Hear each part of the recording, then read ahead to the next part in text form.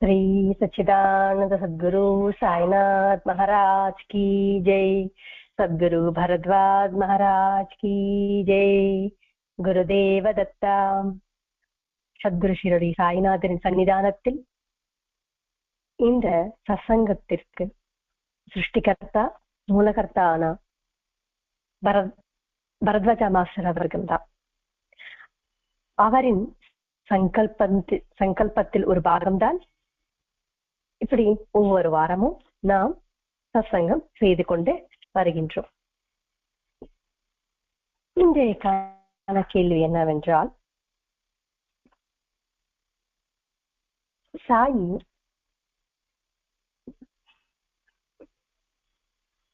கடமையாக எந்த விதிகளையும் பின்பற்றவில்லை என்பது நமக்கு தெரிகிறது.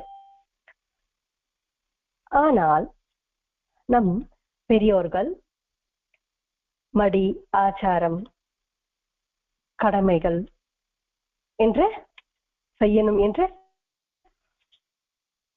சொல்லியிருக்காங்க.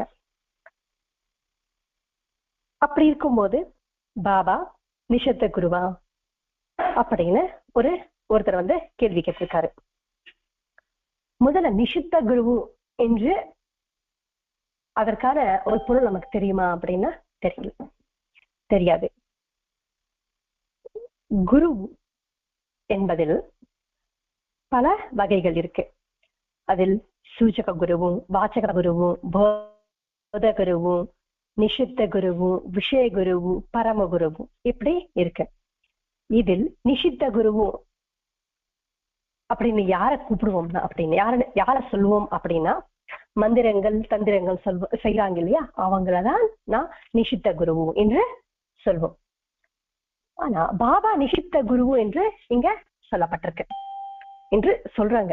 அது எப்படி அப்படின்னா, பாபா ஆச்சாரங்கள் கடைபிடிக்கவில்லை, பின்பற்றவில்லை. அவர் டெய்லி குளிக்கவும் இல்லை. அவர் தன்னுடைய பல்களையும் தேய்க்கவும் இல்லை. வெறும் தண்ணியை மட்டும் கொப்பளிப்பாரு. அப்படி இருக்கும்போது அவர் எப்படி சத்குருவானார் என்பது கேள்வி. பாபாவின் வாழ்க்கை நாம் நுட்பமாக பார்த்தோம்னா இந்த கேள்வியே நமக்கு வராது. யாரோ சொன்னாங்க அப்படின்னா இந்த கேள்வி வரலாம், சகஜம்தான். ஆனால் அவரின் வாழ்க்கை முழுவதும், அந்த அவரின் வாழ்க்கை சரித்திரம் இருக்கு, திருவிளையாடல், அது படித்தோம்னா நமக்கு புரியும். அதை நாம் பார்க்காம, அதை நாம் படிக்காம எப்படி போய் அப்படின்னு சொல்ல முடியும்? சொல்லக்கூடாது.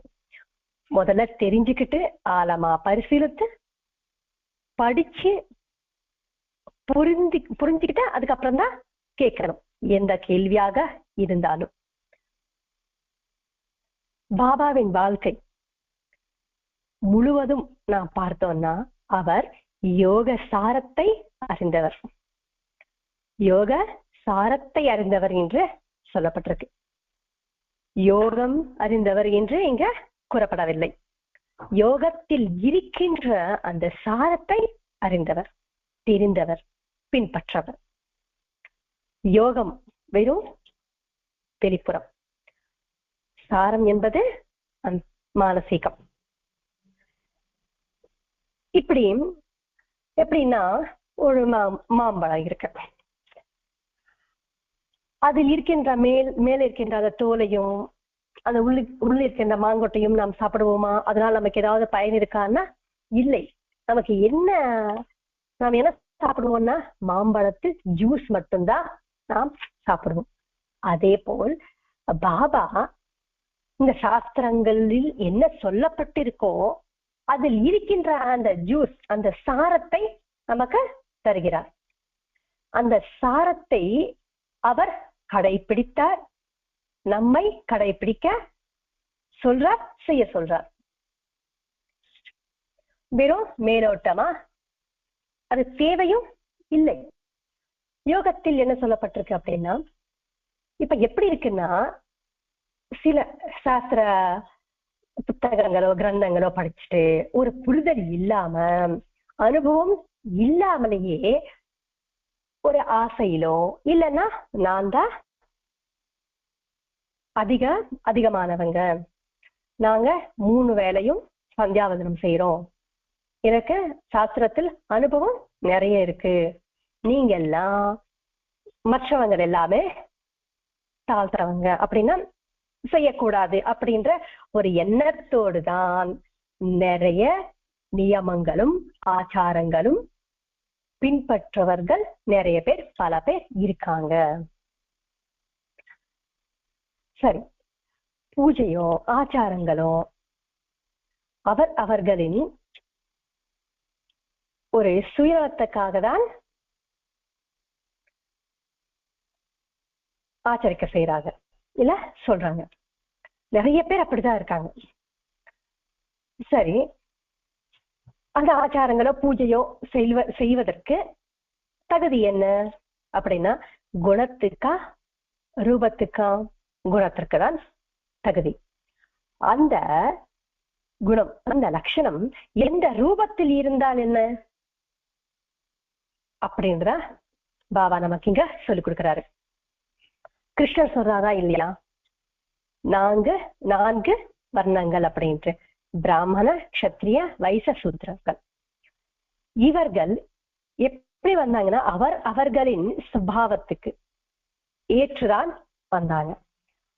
முன் பிறவியில் எந்த சம்ஸ்காரத்தோடு இருப்பாங்களோ அடுத்த பிறவியில் அந்த சம்ஸ்காரத்தோடு அந்த வர்ணத்தில் அவங்க ஜன்மிப்பார்கள் அப்படின்னு கிருஷ்ணர் சொல்லியிருக்காங்க. இன்னும் நல்லா புரிஞ்சுக்கணும் அப்படின்னா, இப்ப ஒரு வீட்டுல 4 பசங்க இருப்பாங்க. ஒருத்தருக்கு இன்ட்ரெஸ்ட் இன்ஜினியரிங், ஒருத்தருக்கு கலெக்டர், இன்னொருத்தர் பிசினஸ், இன்னொருத்தர் அக்ரிகல்ச்சர், விவசாயம் பண்ணுவாங்க. அப்படின்னா அவங்க 4 பேரையும் என்ன சொல்லுவாங்க, அந்த தந்தையின் பசங்க குழந்தைகள் அப்படிதானே சொல்லுவாங்க, இல்லைன்னா வேற வேறன்னு பண்ணி சொல்லுவாங்களா? இன்ஜினியரிங் படிச்சாங்க, டாக்டர் படிச்சாங்க அப்படின்னா அவங்க வசதி, இவங்க விவசாயம் செய்யறாங்க அதனால இவங்க தாழ்த்தவங்க அப்படின்னு சொல்லுவாங்களா? இல்ல. அதே போல்தான் நம்முடைய சம்ஸ்காரத்துக்கேற்று அடுத்த பிறவியில் அவர்கள் அந்த வர்ணத்தில் பிறப்பார்கள் என்று சொல்லப்பட்டிருக்கு. பிராமணர் என்றால் என்ன? பிரம்ம ஞானம் இருப்பவர் பிராமணர் இல்லையா? க்ஷத்ரியர் சமுதாயத்திற்கு மக்களை காப்பவர். வைசியர் அப்படின்னா பிசினஸ் செய்யறவங்க, அப்படின்னா மக்களுக்கு தேவையான, அது பொருளாக இருக்கட்டும் வேற எதுவாக இருக்கட்டும், அவங்க ஒரு இடத்துல இருந்து வாங்கி இன்னொரு இடத்துல விற்கிறவங்க. சூத்ரன் அப்படின்னா இந்த மக்களுக்கு என்ன வேண்டுமோ, அது பொருளாக இருக்கட்டும் இல்லைன்னா சாப்பிடுற பொருளாக இருக்கட்டும், அதை செஞ்சு கொடுத்துவாங்க. இதற்கேற்றுதான் வர்ணங்கள் இருக்கே தவிர அவர்களின் வேற எந்த விதமான இதுவும் கிடையாது. உண்மையா இந்த மாதிரி ஆச்சாரம் சாம்பிரதாயங்கள் எல்லாத்திற்குமே மூலம் என்ன அப்படின்னா, பரத்வாஜ மாஸ்டர் அவர்கள் வெறும் இது நமக்காக ஏதோ காத்து வாக்குல வந்த வார்த்தைகளாகவோ விஷயங்களாகவோ சொல்லவே இல்லை. அவர் எண்ணற்ற கிரந்தங்கள் படித்தார். அது சயின்ஸா, ஸ்பிரிச்சுவலா, ஆன்மீகமா அப்படின்னு அவர் பார்க்கவே இல்லை. நிறைய புத்தகங்கள் படிச்சுட்டு ஒவ்வொரு கேள்விக்கும் பதில் சொல்லியிருக்கிறாரு. இப்ப இந்த கேள்விக்கான பதில் அவர் ஹட்டயோக பிரதீபிகா அப்படின்ற ஒரு புத்தகத்தில் இருக்கின்ற ஒரு ஸ்லோகம் மூலமா நமக்கு விளக்கம் தந்திருக்காரு. அந்த ஸ்லோகம் என்னன்னா, அத்தியாஹாரஹ பிரயாசச்ச பிரஜல்போ நியம கிரஹ ஜன சங்கச்ச லேல்யம் ஷடத் விரியோகோ விபஸ்யதி அப்படின்றது. இதற்கான பொருள் அப்படி என்னன்னா, அதிகமா சாப்பிடுவதும், அதிகமா கஷ்டப்பட்டு வேலை செய்வதும், அதிகமா பேசுவதும், அதிகமான மக்களோடு கலந்திருப்பதும், சஞ்சலத்துவம் அப்படின்னா ஒரு நிலை இல்லாம இருக்கிறதும், இது எல்லாமே நமக்குள்ள இருந்துச்சுன்னா நமக்குள்ள இருக்கின்ற அந்த சக்தியை அது அழிக்க செஞ்சுவிடும். எவ்வளவுதான் நீ மடி ஆச்சாரங்கள் இருந்தாலும், நீ எவ்வளவுதான் பூஜை புனஸ்காரம் செய்தாலும், இது எல்லாமே இருந்தா எல்லாமே வேஸ்ட் தான். அதிகமா சாப்பிடக்கூடாது அப்படின்னு, அதிகமா சாப்பிட்டா என்ன ஆகும்னா அஜீரணம் வரும், டைஜஸ்ட் ஆகாது, அதற்கான ப்ராப்ளம் வரும். நெக்ஸ்ட், அதிகமா வேலை செய்யக்கூடாது. அதிகமா வேலை செய்யக்கூடாதுன்னு எப்படின்னா, 8 மணி நேரம் நீ வேலை செய்யணும், அதற்கு எனக்கு இன்னைக்கு நல்ல எனர்ஜி இருக்கு நான் செஞ்சிருவேன் அப்படின்ட்டு உடம்பு ஒத்துழைக்கலனா கூட நான் அதிகமா ஒரு 2 hour வேலை செஞ்சோம்னா நெக்ஸ்ட் டே அதற்கான பலன் காட்டிடும். எப்படின்னா நெக்ஸ்ட் டே செய்ய முடியாது, நம்ம ரொட்டீனா செய்யற வேலையும் நம்ம செய்ய முடியாது. அதுவே நீ அந்த 8 மணி நேரத்தோட நீ முடிச்சிட்டேன்னா நெக்ஸ்ட் டே நீ ரொட்டீன் ஒர்க்க நீ செஞ்சிருக்கலாம். இதுதான் இங்க சொல்றாங்க. இல்லைன்னா என்ன செய்யணும், கால் வலிக்கும் ஹாஸ்பிட்டலுக்கு போய் கொடுக்கணும் காசை. மூணாவது, அதிகமான மக்களோடு கலந்து இருக்கிறது. 10 பேரோட நாம் கலந்து இருந்தோம்னா என்ன பேசுவோங்க, நம்ம பத்தி ஏதாவது பேசுவோமா? இல்ல. 1 மணி நேரம் பூஜை செஞ்சுட்டு அதுக்கப்புறம் ஒரு மணி நேரம் போயிட்டு ஜனங்களோட பேசினோம்னா என்ன ஆகும், அந்த பூஜை செய்த பலன் எல்லாமே இதுல போயிடும். 4வது, சஞ்சலத்துவம். சஞ்சலத்துவம்னா நம்முடைய மனம் ஒரு நிலையோட இல்லாம இருக்கிறது.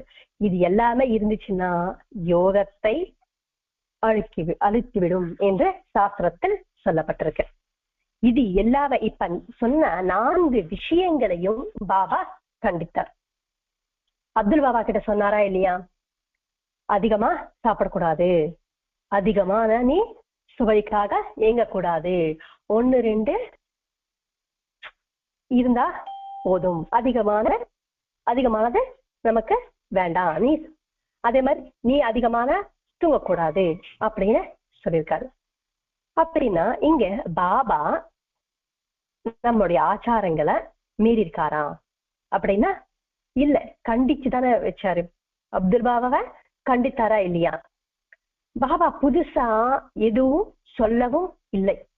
ஸ்லோகங்களில் என்ன சொல்லப்பட்டிருக்கோம், ஸ்லோகங்கள் சொன்னா நமக்கு புரியாது, ஏன்னா நமக்கு அவ்வளவுக்கு மூளையும் கிடையாது அது படிச்சு புரிஞ்சுக்கிட்டு செய்யறதுக்கு. அதுக்காக அவர் என்ன செய்யறாருன்னா, அதற்குள்ள என்ன இருக்கும் அந்த உள் அர்த்தத்தை நமக்கு அப்படியே தராரு. அதை நம்ம அழகா எடுத்துட்டு நம்ம ஃபாலோ பண்ணாலே போதும். இப்ப ஒரு உபன்யாசத்துக்கு போறோம், ஒரு பிரவச்சனமோ இல்லைன்னா ஒரு ஸ்பீச்சுக்கோ போறோம், அங்க ஒரே பகவத்கீதை ஸ்லோகம் நல்லா ஃப்ளூயண்டா சொல்லிட்டாங்க, பார்க்காம சொல்லிட்டாங்கன்னா நாம என்ன சொல்லுவோம், வீட்டுக்கு வந்தவொடனே அப்பா பகவத்கீதை ஸ்லோகம் நிறைய சொன்னாங்க, மூச்சு வாங்காம நல்லா சொல்றாங்க. சரி சொன்னாரு, அதில் உனக்கு ஏதாவது நன்மை இருக்கா, ஏதாவது யூஸ் இருக்கா? அவர் சொன்னா அவர் வரைக்கும் நமக்கு இது இருக்கு, ஒண்ணுமே இல்லை. அதில் இருக்கின்ற அந்த சாரம் உள் பொருள் என்ன இருக்கோ நமக்கு தெரிஞ்சாதான் அதை நம்ம ஃபாலோ பண்ண முடியும். இப்ப கரும்பு இருக்கு, கரும்பு ஜூஸ் ரெடியா தராரு மாஸ்டர் அவர்கள் பாபா. ஆனா அந்த கரும்பு ஜூஸ் வேணாங்க, நானே கரும்பு வச்சு அதை அறுவடை செஞ்சு அதுக்கப்புறம் அது வந்ததுக்கு அப்புறம் அதுல இருந்து நான் ஜூஸ் எடுக்கிறேன்னா அது ஒரு முட்டாள்தனமா இல்லையா? முட்டாள்தனமான பேச்சு தானே அது. வேண்டாம். ஏன்னா நம்ம சமுதாயத்தில் இருந்து இந்த ஆச்சாரங்கள் அப்படியே ஆஸ் இட் இஸ் ஃபாலோ பண்ண நம்மால முடியாது. 10 பேர் ஒரு இடத்துல நாம் சேர்ந்தோம்னு வச்சுக்கோங்க, யார பத்தி பேசுவோம்? பேச மாட்டோம், நம்மளை பத்தி பேச மாட்டோம், அடுத்தவங்க பத்தி தான் பேசுவோம். நம்ம உட்கார்ந்து இந்த சசங்கத்து இந்த டவுட் இருக்கு, எனக்குள்ள இந்த பலகீனம் இருக்கு, இது எப்படி நீக்கணும் அப்படி பேசணும்னா அது ஏதாவது ஒரு அர்த்தம் இருக்கும், அது நமக்கு யூஸ் ஆகும் இருக்கும். அது இல்லாம அடுத்தவங்களை பத்தி பேசினா டைமும் வேஸ்டும் எல்லாமே வேஸ்ட். பாபா சொல்லியிருக்காரு திருவிளையாடல்ல, காப்பாதே வந்து ஹார்த்திக் டைம் ஆயிடும், ஹார்த்திக் போகாம தீட்சித் வாடல உட்காந்து நல்லா அரட்டை அடிச்சுட்டு இருப்பாரு. அதுக்கப்புறம் நெக்ஸ்ட் ஆர்த்திக்கு வந்தா பாபா உள்ளவே சேர்க்கல. நெக்ஸ்ட் டே என்ன பண்ணாருன்னா, நல்ல ஒரு புக்கு படிச்சுட்டு அது சத்கோஷ்டி பண்ணாங்க. பண்ணும்போது பாபாவுக்கு பிடிச்சது. அது ஒரு சகுனமேரக் நாயக் வந்து ஒரு நாள் வீட்டுல ரூம்ல தீட்சித் வாடால உட்கார்ந்து அடுத்தவங்களை பத்தி பேசிட்டே இருக்கும் போது பாபா கண்டித்தார். ஏன்னா நீ சிறுடிக்கு வந்து எதுக்கு, இங்க இருக்கிற அந்த தன்மை பாபாவின் தன்மையாக இருக்கட்டும், நல்ல விஷயங்களை நான் தெரிஞ்சுக்கிறதுக்கு. அது இல்லாம நீ அங்க உட்கார்ந்துட்டே இருந்து அரட்டை அடிச்சுட்டே இருந்த, நீ வராமலே இருக்கலாமே, நிம்மதியா வீட்லயே இருக்கலாம். நான் கூட செஞ்சிருக்கேங்க, திருப்பதிக்கு போயிருப்போம், திருமலைக்கு போயிருப்போம். மலைக்கு போனா அங்க சம்மர்ல போனா நல்லா சில்லுன்னு இருக்கும். அதற்காகவே 2-3 தடவை திருமலைக்கு போயிருக்கோம். 4 மணிக்கு தரிசனம்னா 3:30 வரைக்கும் நல்லா தூங்கிட்டு கரெக்டா 4:30 மணிக்கு போன நிறைய சந்தர்ப்பங்களும் இருக்கு. ஏன் திருமலையில பார்க்க வேண்டிய பிளேசஸ் இல்லவே இல்லையா? அங்க போய் பார்க்க வேண்டியதுன்னு, எங்கேயும் போகாம அங்க ரூம்லயே உட்கார்ந்து இருக்கிறதுக்கு வீட்லயே இருக்கலாமே. இதுதான் பாபா சொல்லிருக்கார், அதிகமாக பேசக்கூடாது அப்படின்ட்டு. இன்னொன்னு வந்து சஞ்சலத்துவம். சஞ்சலத்துவம் அப்படின்னா ஒரு நிலை இல்லாம இருக்கிறது. காசை கொஞ்ச நேரம் ஒரு கனவுல நம்புறது, இன்னொரு கொஞ்ச நேரம் வந்து கொஞ்ச நாள் வந்து இன்னொரு கடவுள். ஒரு கடவுளை பிடிச்சிருக்கா, நீ பிடிச்சிக்கிட்டியா, நம்பினியா, அவர் காலடியிலே இரு, உனக்கு வேண்டியது கண்டிப்பா அவர் தருவார். அந்த நம்பிக்கையும் அந்த விசுவாசமும் நமக்கு இருக்கணும் முதல்ல. இதுவும் பாபா சரித்திரத்துல ஒரு நிலை இருக்கு.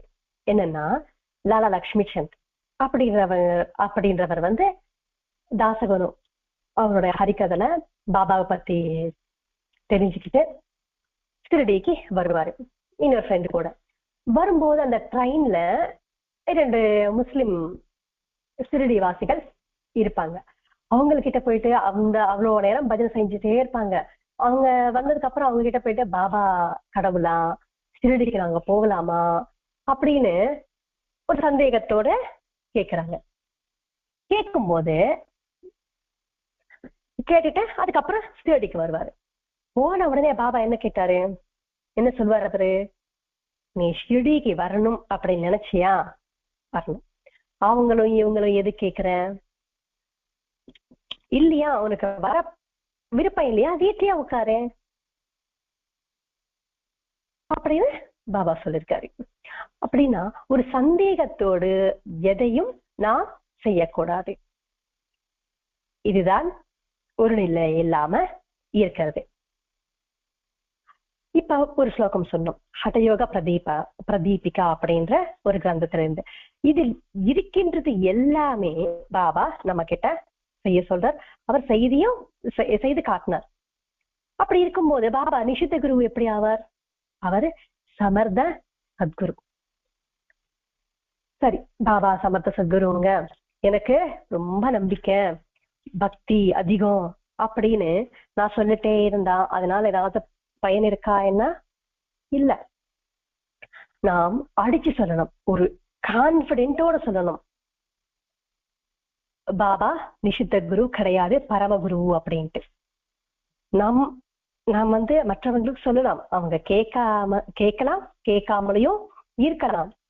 முதல்ல நமக்கு தெரிஞ்சாதானே அவங்களுக்கு கான்பிடென்டா சொல்வதற்கு.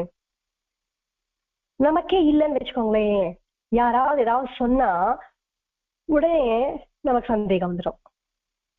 ஒரு வாட்டி இந்த நிலையிலிருந்து கீழே கொஞ்சம் நாம் சறுக்கினாலும் மறுபடியும் இப்ப இருக்கிற நிலைக்கு வரத்துக்கு ரொம்ப கஷ்டம், ரொம்ப கஷ்டப்படணும் வேண்டும். அதற்காக பாபா மாஸ்டர் அவர்கள் வந்து பாபா பத்தி இவ்வளோ விளக்கத்தை நமக்கு சொல்றார்.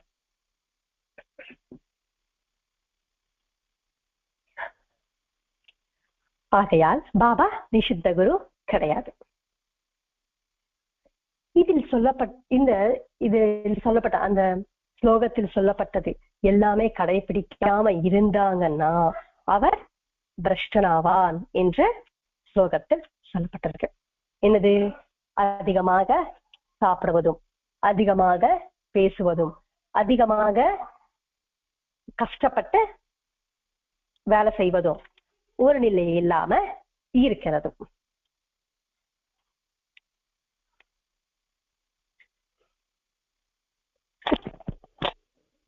இந்த கலியுகத்துக்கு பாபாவின் அவதாரம் ரொம்ப ரொம்ப முக்கியமானது. ஏன்னா அவர் சொன்ன ஒவ்வொரு விஷயமும் சாஸ்திர ஆதாரம் கொண்டுதான் இருந்தது. சாஸ்திரத்தில் இல்லாதது எதுவுமே அவர் சொல்லவும் இல்லை.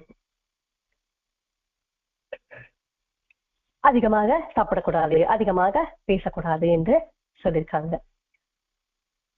பாபா மட்டும்தான் சொன்னாரா அப்படின்னா இதுக்கு முன்னாடியே ராமர் சொல்லிருக்க. ராமரை என்ன சொல்லுவோம் அப்படின்னா மிதபாஷி, ஸ்மிதபாஷி, ஹிதபாஷி, பூர்வபாஷி, சத்யபாஷி.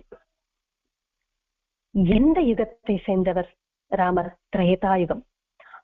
ஆனா இந்த கலியுகத்தில் அவரை வணங்குகிறோம்.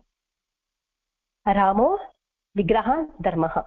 ராமர் என்றால் வெறும் தோற்றம் கிடையாது, ஒரு உருவம் கிடையாது. ராமர் என்றால் தர்மம். இதேதான் பாபாவும் நமக்கு சொல்லிருக்கார். புதுசா எதுவும் சொல்லவும் இல்லை, செய்ய சொல்லவும் இல்லை. மிதபாஷி அப்படின்னா அளவோடுதான் பேசணும். பூர்வ பாஷைன்னா மற்றவங்க பேசுறதுக்கு முன்னாடியே நாம் அவர்கள்கிட்ட பேசுறது. ஸ்மித பாஷை அப்படின்னா நல்லா சிரிச்சுட்டே பேசுறது. மிருது பாஷை அப்படின்னா ரொம்ப கோபப்படாம மெதுவா பேசுறது. சத்திய பாஷை அப்படின்னா சத்தியத்தை மட்டும்தான் பேசும். இந்த 5மே பாபாவும் செஞ்சிருக்காரு. அப்படி இருக்கும்போது அவர் எப்படி நிஷித்த குருவாவார்? இங்க மித்தம் அப்படின்னா அளவோடு அப்படின்றோம். அளவோடு அப்படின்னா மௌனமா உட்கார்ந்து இருக்கிறதா?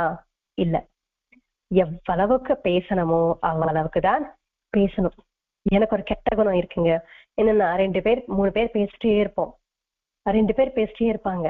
நடுவுல நான் என்ன செய்வேன்னா ஏதோ சஜஷன் என்ன கேட்கவே மாட்டாங்க. ஆனா நடுவுல புகுந்து நான் பேசிடுவேன், இது இப்படி செய்யுங்க அப்படி செய்யுங்கன்ட்டு. இப்பதான் தெரியுது அது எவ்வளவுக்கு ஒரு பலகீனம் அப்படின்ட்டு. இதற்காக சத்சங்கம் எனக்கு கொடுத்துருக்காங்களா இல்லையான்னு தெரியல. சத்சங்கத்துல என்னோட பலகீனங்கள் சொல்லும் போதாவது அந்த தப்ப நான் உணர்ந்தால் அதை திருத்திக்க முடியும்ல. இல்லைன்னா நான் செஞ்சது கரெக்ட் தான் என்று அந்த தப்ப மறுபடியும் மறுபடியும் செய்து கொண்டு போயிட்டே இருப்பேன். அதற்காக தான் அளவோடு பேசுங்க அப்படின்னு பாபா சொல்லி கொடுக்குறாருங்க. இந்த ஸ்லோகத்தில் லௌல்யம் அப்படின்ற ஒரு வார்த்தை வந்திருக்கு. லௌல்யம் அப்படின்னா வெளிப்புற நிலைகளில் குருட்டுத்தனமான வலியுறுத்தல். அஜ்ஞானத்தோடு நான் சொல்வதுதான் நீங்க கேட்கணும் என்று ஆடமெண்டோட நான் இருக்கலாம் என்று ஹடயோக பிரதீபிகா அப்படின்ற அந்த கிரந்தத்தில் இந்த ஸ்லோகத்தில் சொல்லப்பட்டிருக்கு. அந்த ஸ்லோகத்தில் இருக்கின்ற முழு விவரணத்தையும் நமக்கு பாபா சரித்திரத்தில் காணப்படும். நாம் படிச்சோம்னா நமக்கு தெரியும். நிறைய பேர் பாபா கிட்ட பாபா கிட்ட ஆர்குமெண்ட் பண்ணிருக்காங்க. நானா சந்திரகராக இருக்கட்டும், ஹேமத் பந்துவாக இருக்கட்டும். அதுக்கு எக்ஸாம்பிள் என்னன்னா, பாபா சரித்திரத்தில் நானா சந்திரகர் எப்படின்னா அதிதி தேவோ பாவா அப்படின்னு சொல்லியிருக்காங்க சாஸ்திரத்தில். நானா சந்திரகருக்கு என்ன ஒரு நினைப்பன்னா, அவருடைய பாவனை என்னன்னா, தன்னுடைய கோத்திர ஒவ்வொரு ஒவ்வொருவருக்கும் ஒவ்வொரு கோத்திரம் இருக்கு. அந்த கோத்திரத்தில் இருக்கின்றவர்கள் வந்தாதான், அவங்களுக்கு உபசரித்தாதான், விருந்தோம்பல் கொடுத்தாதான் அதுதான் அதிதி தேவோபவா என்று சொல்லிருக்காங்க. இன்னைக்கு எனக்கு யாருமே வரலையே, அப்ப சாஸ்திரம் தப்பு தானே அப்படின்னு பாபா கிட்ட சொல்லியிருப்பார். அப்ப பாபா சொல்வார், பாபா சர்வஜர்.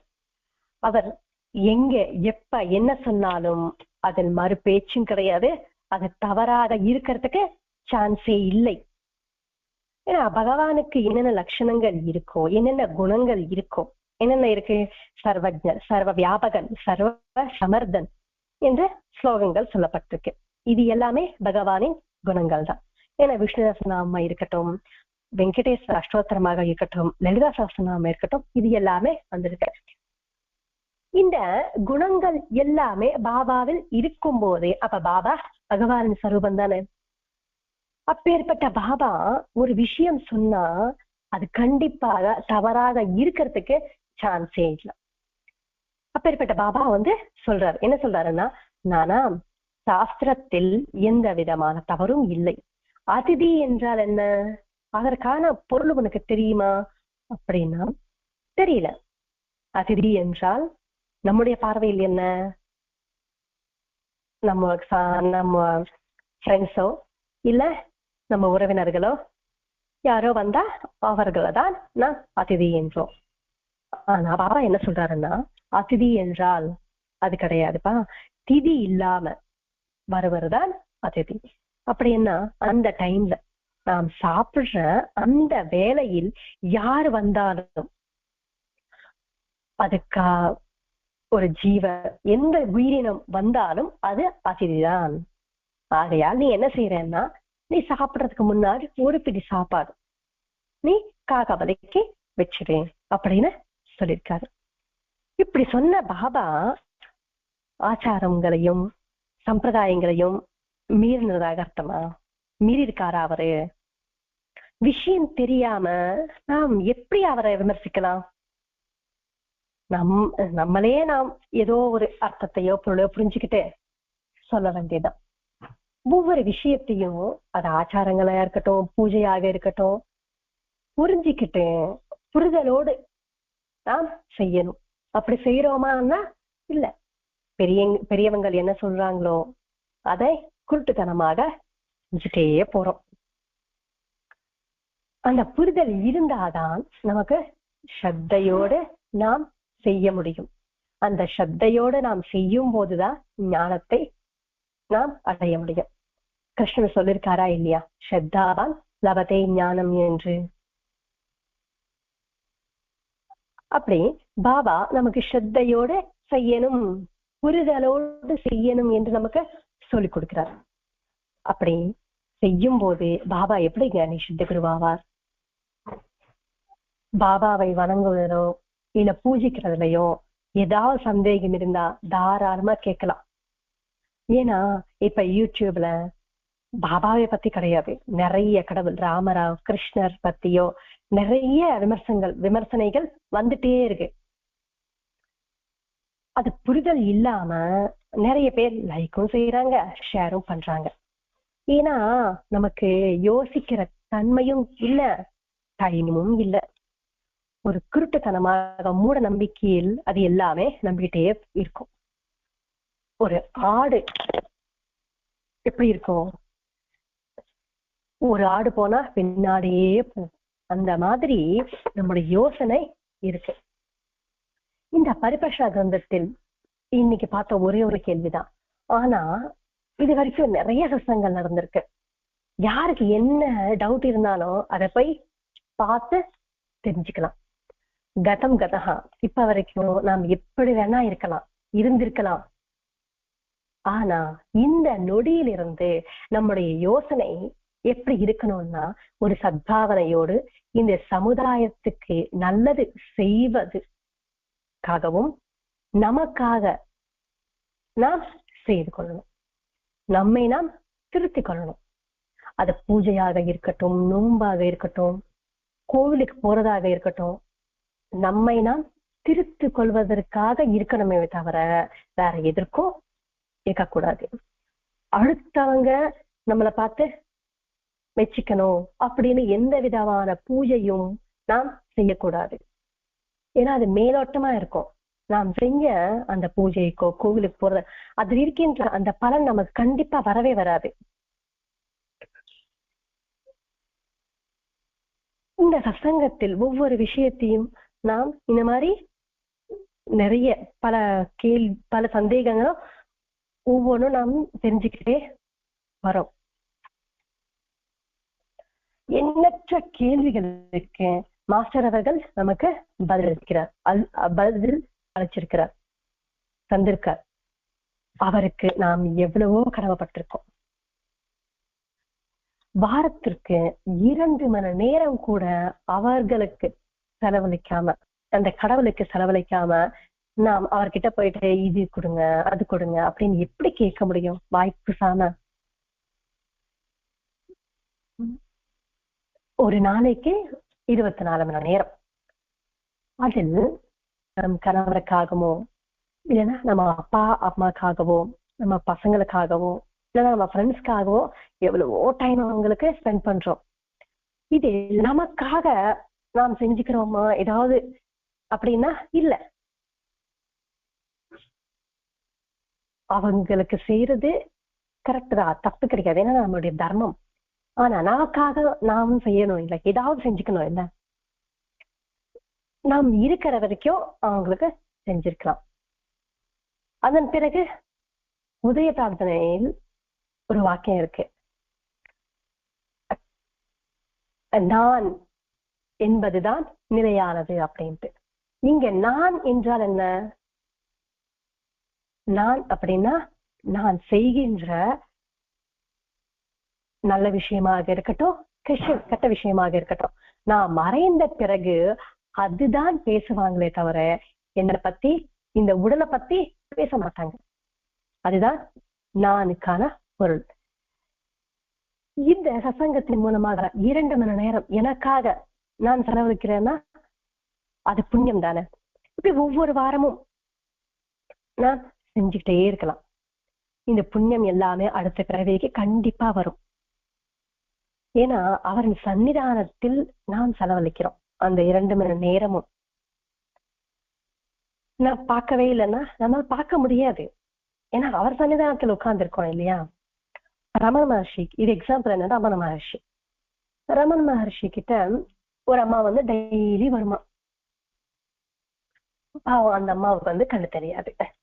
டெய்லி அவரை பார்த்துட்டு போவாங்களாம். ஒரு ரமண மகர்ஷி கூப்பிட்டு கேட்டாராம், அம்மா நீ டெய்லி என்ன பார்க்க முடியாது உங்களால, ஆனா டெய்லி நின்னுட்டு போறீங்களே என்னம்மா அப்படின்னு கேட்கும்போது அந்த அம்மா சொல்லுவாங்க, கரெக்ட் தான் சுவாமி, என்னால் உங்களை பார்க்க முடியாது, ஆனால் உங்களின் பார்வை என் மேல் படம் இல்லையா, அது எனக்கு போதும் அப்படின்ட்டு. நான் பாபா குரு அப்படின்னு நாம் சொல்லக்கூடாது, அவர் சொல்லணும் என்னுடைய சீடர் அப்படின்ட்டு. அதற்காக அவரின் பார்வையில் நாம் படணும். அவரின் பார்வையில் நாம் பட்டோம்னா அவரின் சம்பூர்ணமான அனுகிரகம் நமக்கு வரும்.